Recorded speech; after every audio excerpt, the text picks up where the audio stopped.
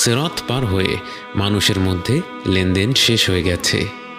যারা অন্যদের হক নষ্ট করেছিল তারা তাদেরকে তাদের ভালো আমলগুলো দিয়ে দিয়েছে। কিছু লোককে ফিরিয়ে দেয়া হয়েছে জান্নাতের দ্বার প্রান্ত থেকে। আল্লাহর অশেষ রহমত আপনার সেই পরিণতি হয়নি। পৃথিবীতে যারা আপনার পিঠ পেছনে দু চারটা খারাপ কথা বলেছিল, আপনার দিন পালন নিয়ে হাসি ঠাট্টা করেছিল, আজ সেই মন্তব্যগুলোর জন্য আপনি নিজেকে অত্যন্ত ভাগ্যবান মনে করছেন। আপনি ভুলবশত একটু আধটু যাদের হক নষ্ট করেছিলেন, সেই হক নষ্ট করা সত্ত্বেও আপনাকে ফিরে যেতে হয়নি, কারণ আপনি এমন এক সময় ইসলামকে ধরে রেখেছিলেন যখন ইসলাম সঠিকভাবে পালন করা ছিল গরম কয়লা হাতের মুঠোয় ধরে রাখার চেয়েও কঠিন। হাজারো মানুষের কটু কথা সহ্য করে সবরের সাথে দিন পালন করার পুরস্কার আজ আপনার সামনে। এরপর এক স্বর্গীয় কণ্ঠ আপনাকে উদ্দেশ্য করে বলে, ইয়া আইয়াতুহান নাফসুল মুতমাইন্নাহ ارجعي إلى ربك راضية مرضية فادخلي في عبادي وادخلي جنتي। সময়ের শুরু থেকে শেষ পর্যন্ত প্রতিটি মুমিন ব্যক্তি জান্নাতের দরজার দিকে ছুটে চলছে। এর মধ্যে উম্মতে মুহাম্মদ সাল্লাল্লাহু আলাইহি ওয়াসাল্লাম কতজন? আপনার মনে পড়ে যায় বুখারীর সেই হাদিস যেখানে রাসূল সাল্লাল্লাহু আলাইহি ওয়াসাল্লাম তার উম্মতকে উদ্দেশ্য করে বলেছিলেন, আমি আশা করি তোমরাই হবে জান্নাতের অর্ধেক জনসংখ্যা। জান্নাতের রয়েছে 8টি দরজা। বাবুস সালাহ খুলে দেয়া হবে তাদের জন্য যারা তাদের সালাত ঠিকভাবে আদায় করত। বাবুল জিহাদ খুলে দেয়া হবে মুজাহিদিনদের জন্য। বাবুস সাদাকা খুলে দেয়া হবে যারা বেশি বেশি দান সাদাকা করত। আর রাইয়ান হবে তাদের জন্য যারা বেশি বেশি রোজা রাখত। আল আইমান হবে যারা হিসেব ছাড়া জান্নাতে প্রবেশ করবে তাদের জন্য। আল কাযিমিন আল গায়ব হবে যারা নিজেদের রাগ নিয়ন্ত্রণ করত এবং অন্যদের ক্ষমা করে দিত। এছাড়াও হজ পালনকারীদের জন্য থাকছে বাবুল হজ এবং ঘন ঘন আল্লাহকে স্মরণকারীদের জন্য থাকবে বাবুল যিকর। কারো কারো জন্য জান্নাতের একটি দরজা খোলা থাকবে, কারো কারো জন্য একাধিক দরজা খোলা থাকবে, কারো কারো জন্য জান্নাতের সব কটি দরজা খোলা থাকবে। আল্লাহ যেন আমাদের জন্য জান্নাতের প্রতিটি দরজা উন্মুক্ত করে দেন। আপনি জান্নাতের একটি দরজার দ্বার প্রান্তে, কিন্তু একে আপনি দরজাই বা বলেন কি করে? এত প্রকাণ্ড এক প্রবেশ পথ যে এর দুপাশ কোথায় গিয়ে শেষ হয় চোখে দেখা যায় না। মুসলিম হাদিসে বর্ণিত আছে, রাসূল সাল্লাল্লাহু আলাইহি ওয়াসাল্লাম বলেছেন, জান্নাতের দরজার এক পাশ থেকে আরেক পাশ হলো 40 বছরের যাত্রা। জান্নাতের দরজা খুলে দেওয়ার জন্য এগিয়ে আসবেন স্বয়ং রাসূল সাল্লাল্লাহু আলাইহি ওয়াসাল্লাম। জান্নাতের রক্ষী ফেরেশতারা তার পরিচয় জানতে চাইবে। তিনি বলবেন, আমি মুহাম্মদ সাল্লাল্লাহু আলাইহি ওয়াসাল্লাম। তখন তাকে বলা হবে, আপনি সেই ব্যক্তি যিনি না আসা পর্যন্ত আমাদের জান্নাতের দরজা খুলে দিতে বারণ করা হয়েছিল। অতঃপর জান্নাতের দুয়ার খুলে দেয়া হলো। এক অদ্ভুত আলো আপনাদের বরণ করে নিল। অগণিত ফেরেশতারা আপনাদের স্বাগত জানানোর জন্য এগিয়ে আসলো। আপনারা প্রবেশ করা মাত্র তারা বলে উঠল, সালামুন আলাইকুম, সালামুন আলাইকুম, আপনাদের উপর শান্তি বর্ষিত হোক। জান্নাতে অগণিত মুমিন বান্দা প্রবেশ করার পর আপনাদের স্বাগত জানানোর জন্য পরিবেশন করা হলো একটি বিশেষ পানীয়। ويسقون فيها كأسا كان مزاجها زنجبيلا عينا فيها تسمى سلسبيلا। শেষ পানি পান করেছিলেন হাউদে কাউসারে। তখন চিরকালের জন্য আপনার তৃষ্ণা মিটে গিয়েছিল। কোনো প্রকার তৃষ্ণা না থাকা সত্ত্বেও জান্নাতের এই পানীয় পান করে এতটা তৃপ্তি অনুভব করবেন তা আপনি কল্পনাও করেননি।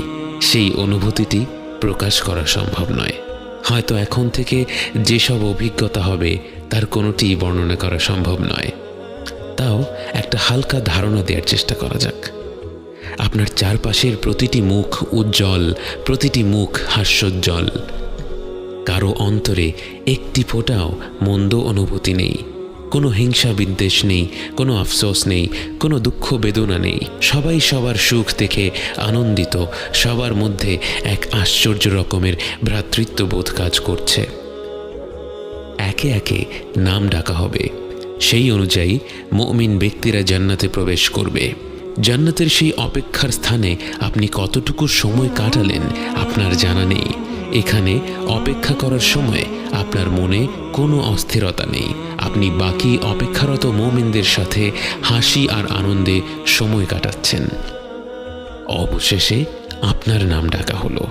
পৃথিবীতে আপনাকে যত ভালো ভালো নামে মানুষ ডেকেছিল, সেই ভালো ভালো নামগুলো ডেকে আপনাকে জান্নাতের ভেতরে স্বাগত জানানো হলো। জান্নাতে প্রবেশ করা মাত্র আপনার অন্তরই যেন আপনাকে বলতে লাগলো আপনার আবাস কোথায়। রাসূল সাল্লাল্লাহু আলাইহি ওয়াসাল্লাম বলেন, প্রত্যেক ব্যক্তি দুনিয়াতে তার ঘর যত ভালোভাবে চিনত, তার চেয়েও ভালোভাবে তার জান্নাতের ঘর চিনবে। আপনি দ্রুত এগিয়ে যাচ্ছেন আপনার ঘরের দিকে, কাউকে কিচ্ছু জিজ্ঞেস করতে হচ্ছে না। সেদিকে যেতে যেতে আশেপাশে যা দেখছেন, আপনার কান যা শুনছে, যা কিছু সুবাস নাকে আসছে, সব কিছুই আপনাকে অভিভূত করছে। অবশেষে আপনি পৌঁছে গেলেন আপনার ঘরে। আপনার অন্তর আপনাকে বলছে এটাই আপনার ঘর। কিন্তু একে তো রাজপ্রাসাদ বললেও কম হবে। স্বর্ণ আর রূপা দিয়ে নির্মিত এক বৃহৎ ভবন আপনার জন্য অপেক্ষা করছে, যার স্থাপত্য শৈলী বাকরুদ্ধকর। প্রতিটি কোণে কোণে যার নৈপুণ্য, যার নিচে খেলা করছে স্বচ্ছ প্রবাহমান নদী, যে পানির শব্দে অন্তর জুড়িয়ে যায়। চারিপাশে ঘন সবুজ, আল্লাহর প্রশংসা বাণী থেকে জন্ম নেয়া হাজারো গাছে ছেয়ে আছে আপনার ঘর। জান্নাতে প্রবেশ করা শেষ ব্যক্তিকে দেয়া হবে এমন এক রাজ্য যা গোটা পৃথিবীর চেয়ে 10 গুণ বেশি। একবার চোখ বন্ধ করে কল্পনা করুন, একটি প্রাসাদ নয়, একটি শহর নয়, একটি দেশ নয়, একটি মহাদেশ নয়, গোটা পৃথিবীর সমান এক সাম্রাজ্য, এবং তার সাথে যোগ করা হলো আরও একটি পৃথিবী, এবং আরও একটা, এবং এভাবে করে 10টি পৃথিবীর সমান আপনার রাজ্য। এবং তা হচ্ছে জান্নাতের সবচেয়ে ছোট পুরস্কার। এবং তা তো হচ্ছে পরিমাণের দিক থেকে। মানের দিক থেকে তাকে যা দেয়া হবে তা তো পৃথিবীর কোনো নিয়ামতের সাথেই তুলনা করা যায় না। আপনি আপনার ঘরের দিকে এগিয়ে যাচ্ছেন। আপনার এই রাজ্য পৃথিবীর কত গুণ বেশি বড় আপনার জানা নেই, কিন্তু যেদিকে দুচোখ যায় বিস্ময়কর সব দৃশ্য আপনার মন ভুলিয়ে দেয়। কিন্তু হঠাৎ আপনি থমকে দাঁড়ান। সময় যেন থেমে দাঁড়ালো। স্বর্গীয় এই জগতের সব দৃশ্য যেন মলিন হয়ে পড়ল। আপনার চোখ পড়ল আরেক জোড়া চোখের ওপর। আপনি ভাষা হারিয়ে ফেলেছেন। আপনি ফিরে গেলেন বহু বছর আগের দুনিয়ার সেই জীবনে। মায়া ভরা দুটি চোখের দিকে তাকিয়ে আছেন। প্রথমবারের মতো মন ভরে দেখছেন আপনার জীবন সঙ্গীকে। অজানা সব অনুভূতির ঢেউয়ে ভেসে যায় আপনার হৃদয়। অনেক স্বপ্ন আঁকছেন মনে মনে। চূড়ান্ত স্বপ্ন একটাই, একসাথে জান্নাতে যাওয়া, অনন্তকালের জীবনের সঙ্গী হওয়া। চোখের পলক পড়ল, ফিরে এলেন বর্তমানে। আপনি চেয়ে আছেন সেই অতি পরিচিত চেহারাটার দিকে, কিন্তু সেই চেহারা তো আর আগের মতো নেই। সৃষ্টির সব সৌন্দর্যই তো মনে হয় আল্লাহ তার ভেতরেই গেঁথে দিয়েছেন। আপনি চেয়ে আছেন আপনার স্ত্রীর দিকে, উনি চেয়ে আছেন আপনার দিকে। প্রবাহমান নদীর ছলছল শব্দ আর পাখির গুঞ্জন ছাড়া আর কোনো শব্দের প্রয়োজন হচ্ছে না। কোনো কোনো উলামারা বলেন, জান্নাতে যখন স্বামী স্ত্রী একে অপরকে প্রথমবারের মতো দেখবে, তারা একে অপরের দিকে মুগ্ধ হয়ে চেয়ে থাকবে 40 বছর।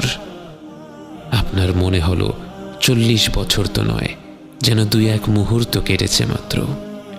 যতই দেখছেন ততই মন ভরে যাচ্ছে, আবার মনে হচ্ছে এখনো মন ভরেনি। আপনি আর আপনার জীবন সঙ্গী অনন্তকালের জীবন সঙ্গী, যার সাথে এখন আর কোনো কথা কাটাকাটির সুযোগ নেই, যিনি আপনার কোনো কাজে আর বিরক্ত হবেন না, যার সাথে এখন হবে ভালোবাসার সম্পর্ক, যা দিন দিন কমবে না বরং বেড়েই চলবে। সেই ভালোবাসার মানুষটাকে নিয়ে আপনি ঘুরে দেখতে লাগলেন আপনাদের জান্নাতের আবাস। উপরে আকাশমণ্ডলী ভরা উজ্জ্বল নক্ষত্রের ন্যায় কি যেন জ্বলজ্বল করছে। আপনারা বুঝতে পারেন তারা হচ্ছেন জান্নাতের আরও ওপরের স্তরের জান্নাতবাসীরা। কিন্তু আপনার মনে কোনো আফসোস নেই, আপনার মনে কোনো হিংসা নেই, আপনার অন্তর ভর্তি কৃতজ্ঞতা। আর যারা আপনার চেয়েও বেশি কিছু পেয়েছে তাদের প্রতি সম্মান ও ভালোবাসা। জান্নাতে কোনো খারাপ অনুভূতি নেই, জান্নাতে রয়েছে শুধুই সুখ। আপনি আপনার প্রাসাদের ভেতরে গেলেন, সেখানে দেখলেন فيها عين جارية فيها سرر مرفوعة وأكواب موضوعة ونمارق مصفوفة وزرابي مبثوثة متكئين فيها على الأرائك لا يرون فيها شمسا ولا زمهريرا ودانية عليهم ظلالها وذللت قطوفها تذليلا ويطاف عليهم بآنية من فضة وأكواب كانت قوارير من فضة قدروها تقديرا। আপনি হেলান দিয়ে বিশ্রাম নিচ্ছেন সম্মানিত আসনে বসে। স্বর্গীয় ফল ফলাদি আপনার হাতের নাগালে। মনোহর পাত্রে হরেক রকমের পানীয় পরিবেশন করছে হাস্যোজ্জ্বল চিরতরুণেরা, যাদের দেখে ছড়িয়ে থাকা মুক্তোর মতো মনে হচ্ছে। প্রতিটি মুহূর্ত আপনি তৃপ্তি ভরে আস্বাদন করছেন। এখানে কোনো তাড়াহুড়ো নেই। হয়তো মাসখানেক কেটে গেল বিভিন্ন ধরনের খাবার ও পানীয় উপভোগ করতে করতে, হয়তো বছরখানেক কেটে গেল আপনার স্ত্রীর সাথে গল্প করতে করতে, হয়তো একে অপরকে বলছেন কেমন ছিল মৃত্যুর পরের যাত্রা, কি কি ঘটেছিল। হয়তো ফিরে দেখছেন জীবনের সেই ক্ষুদ্র সময়টা যখন আপনারা একসাথে ছিলেন এবং আগ্রহ নিয়ে আলোচনা করছেন কেমন হবে আপনাদের অনন্তকালের যাত্রাটি। স্বর্গীয় খাবারের পাশাপাশি আপনার জন্য রয়েছে পবিত্র হুর, যাদের সম্পর্কে আল্লাহ তাআলা বলেন فيهن خيرات حسان فبأي آلاء ربكما تكذبان حور مقصورات في الخيام فبأي آلاء ربكما تكذبان لم يطمثهن إنس قبلهم ولا جان فبأي آلاء ربكما تكذبان متكئين على رفرف خضر وعبقري حسان فبأي آلاء ربكما تكذبان تبارك اسم ربك ذي الجلال والإكرام। যদিও দুনিয়ার জীবনে এমন একটি নিয়ামতের কথা শুনলে আমাদের মনে নানা প্রশ্ন জাগে। জান্নাতে কোনো খারাপ অনুভূতি নেই। আপনি ফল ফলাদি উপভোগ করলে যেমন আপনার স্ত্রীর সে ব্যাপারে কোনো আপত্তি থাকবে না, আপনি হুরদের সঙ্গ উপভোগ করলেও আপনার স্ত্রীর সে ব্যাপারে কোনো আপত্তি থাকবে না, এবং তিনিও আল্লাহর কাছ থেকে যা যা অজস্র নিয়ামত পাবেন সেগুলো যেমনই হোক না কেন আপনার সেগুলোর ব্যাপারে কোনো আপত্তি থাকবে না।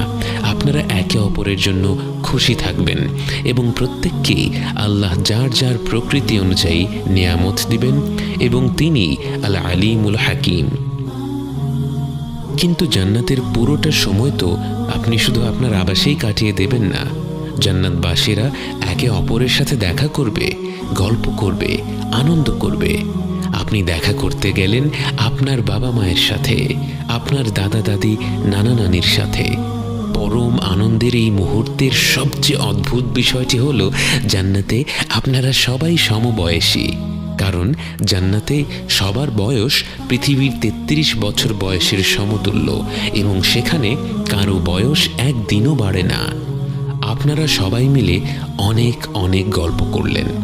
গল্পের মাধ্যমে জানতে পারলেন আপনার পূর্বপুরুষেরা কিভাবে প্রথম ইসলাম গ্রহণ করলো, কিভাবে তাদেরকে ইসলামের দাওয়াত দেয়া হয়েছিল।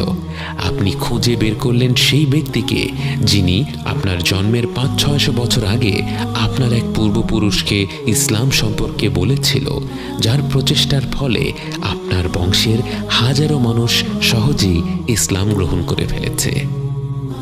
জান্নাতের রয়েছে একটি সুক বা বাজার, কিন্তু জান্নাতের বাজারে তো ক্রয় বিক্রয় করার কিছুই নেই, বরং সেখানে মানুষ যাবে একে অপরের সাথে দেখা সাক্ষাৎ করার জন্য। সেখানে আপনার সুযোগ হলো স্বয়ং রাসূলুল্লাহ সাল্লাল্লাহু আলাইহি ওয়াসাল্লামের সাথে কথা বলার।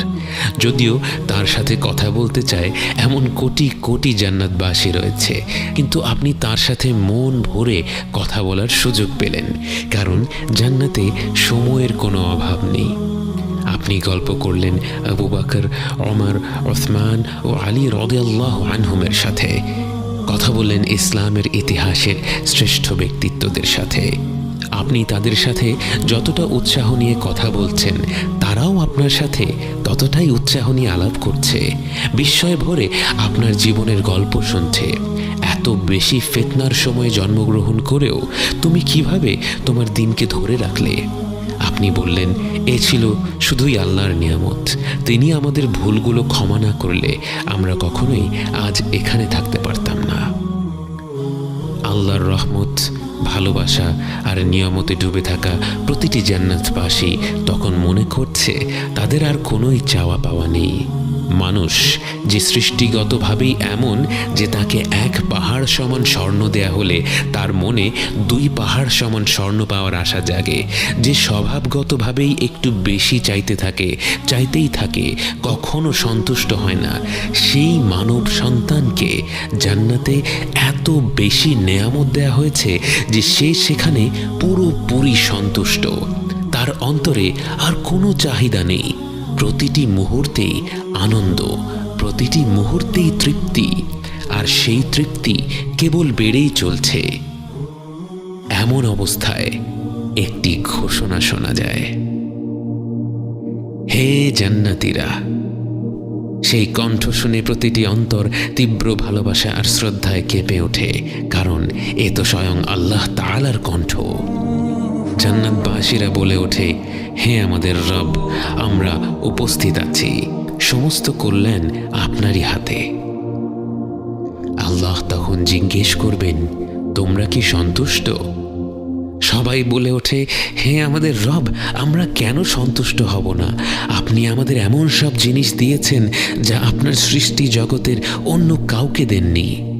সবার অন্তর যখন কৃতজ্ঞতায় ভরে উঠছে, তখন সবাইকে হতভম্ব করে দিয়ে আল্লাহ তাআলা জিজ্ঞেস করলেন, আমি কি তোমাদের এর থেকে আরো উত্তম কিছু দান করব না?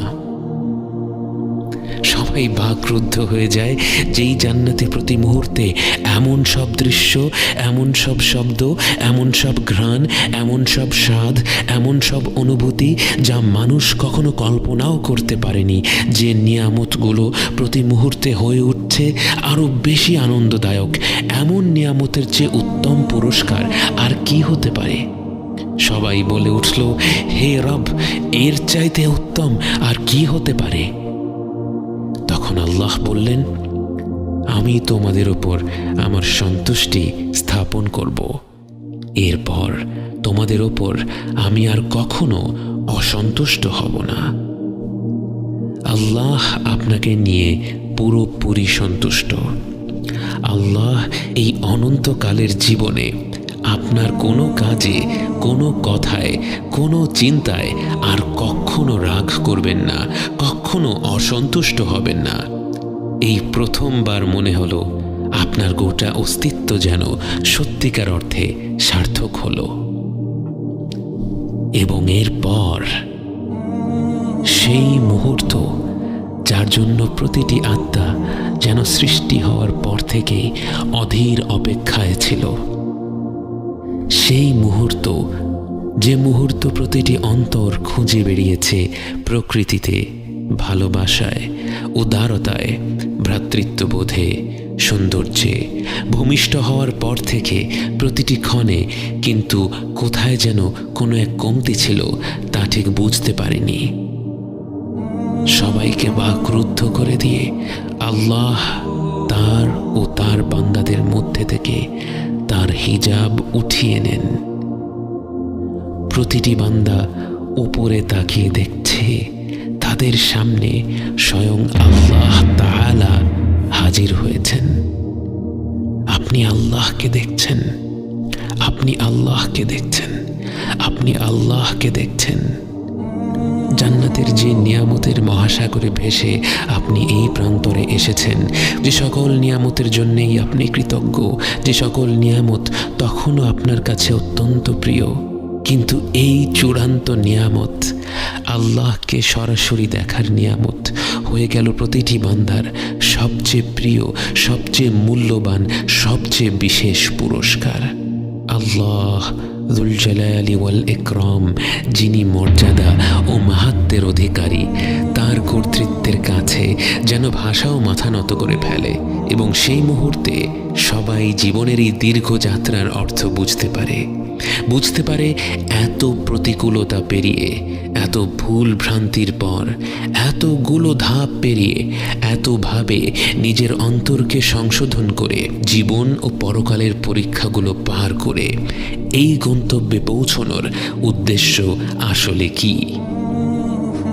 এক নিঃসৃত তরল থেকে জন্ম নেয়া মানুষ যে এত দুর্বল, এত অসহায়, এত ক্ষুদ্র, আজ সৃষ্টির প্রতিপালকের সামনে দাঁড়িয়ে তার এতটা নিকটে, তার পরিপূর্ণ সন্তুষ্টি অর্জন করে কোনো প্রকার বাধা ছাড়া তার সাথে সাক্ষাৎ করছে, তার মহিমার দীপ্ত প্রভার প্রবলতায় সে চূর্ণ বিচূর্ণ হয়ে যায়নি, বরং সে তার আলোয় আলোকিত হয়ে তার এই পরম নিয়ামত গ্রহণ করতে পারছে।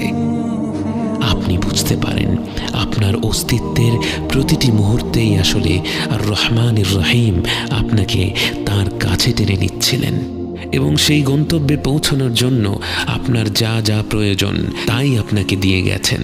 তার সান্নিধ্যের পবিত্রতায় প্রবেশ করার জন্য আপনার যে আত্মশুদ্ধির প্রয়োজন ছিল, জীবন মৃত্যু জীবনের মাধ্যমে তিনি আপনাকে সেই আত্মশুদ্ধির পথ দেখিয়ে দিয়েছেন, এবং আলহামদুলিল্লাহ আলহামদুলিল্লাহ আপনি সেই পথে ছোট ছোট ধাপ নিয়েছিলেন।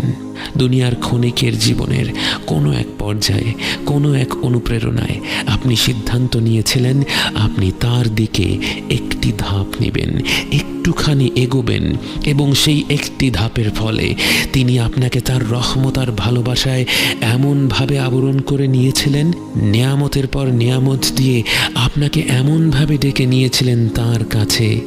আজ জান্নাতের এই নির্মল প্রান্তরে বসে আপনি আল্লাহকে দেখছেন, তার নিকটে পৌঁছে গেছেন। আপনার ভূমিষ্ঠ হওয়া আজ সার্থক হলো। জীবন মৃত্যু জীবনের যাত্রা আজ সার্থক হলো। بين الرجاء والخوف قلبي طائر ومن اليقين النور بيض جوانحي فوق السحاب يطير حرا مدركا نسمو كماله للكون وجه آخر نحيا